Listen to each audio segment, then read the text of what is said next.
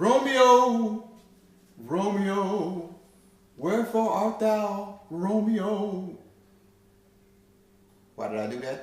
I'm glad you asked. Because with it being week 4, we are going to get into dramatic theater. You heard that? Not theater, theater. That's right, dramatic theater.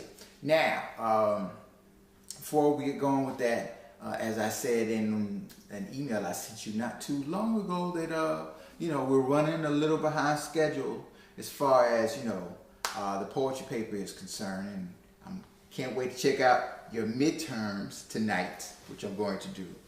But that's fine. As I said, this is our first go around with this online class situation, so we're going to make it work. Don't even worry about that.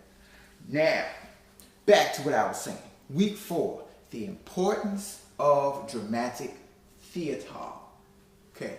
Now, one of the main reasons why I think dramatic theater is very important is because when you think about the ways in which you learn, do you learn primarily by hard knocks? Meaning somebody can tell you, okay, well, don't touch that because it's hot. Really? Really? But you got to find out for yourself. Or are you the type of person who can sit back and watch something go down and say, oh, okay, that won't be me. Okay. Now, a lot of people, they would like to think that they're, 80, 70%, you can sit back, you can watch something happen, and you can learn from it. But there are some other things that you just got to see for yourself. Falling in love and friendships and the whole 9 yards. I get that. However, when it comes to theater, you can sit back, you can watch how things play out in a way that it doesn't compare in regards to watching a movie. When you're watching a movie, the camera is on one particular thing as far as the setting is concerned. So you have to focus on that. When you're in the theater watching a play go down, a million different things are happening. This character's doing this and that character's doing that and this character's doing this, and you constantly have to watch faces. Okay, now where should I be focusing? Did you see that little look she did right there? Okay, now why is he walking away slowly?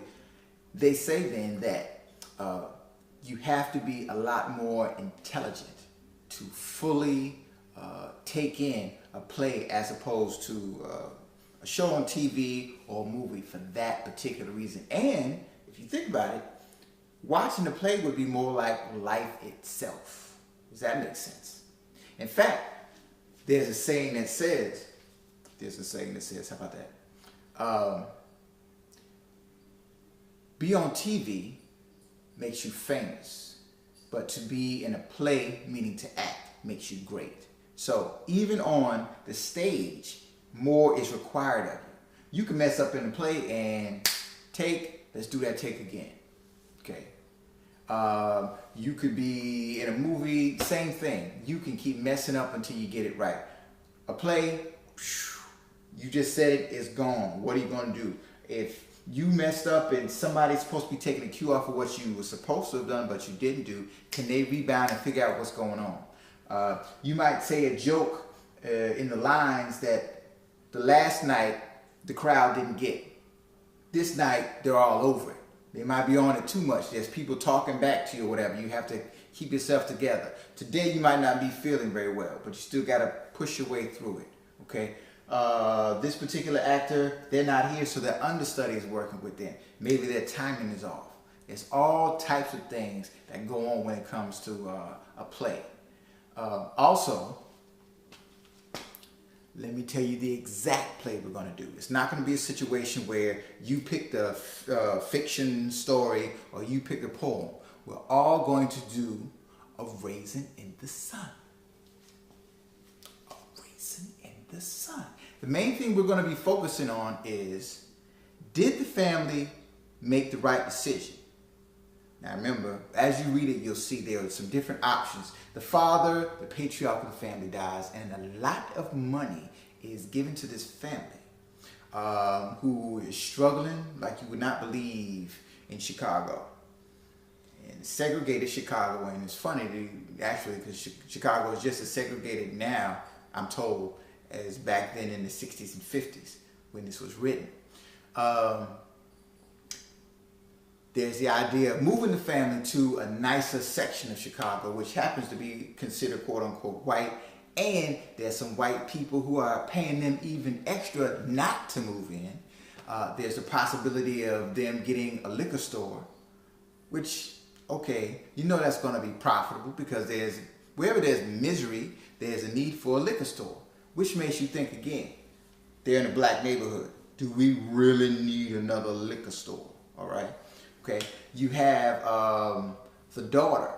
She wants to, be a nurse, a doctor. She's going to need some money. The family, money doesn't come around that much. Can she be that particular professional that can save the family? There's so many different issues at stake here. And what does that mean to us right now?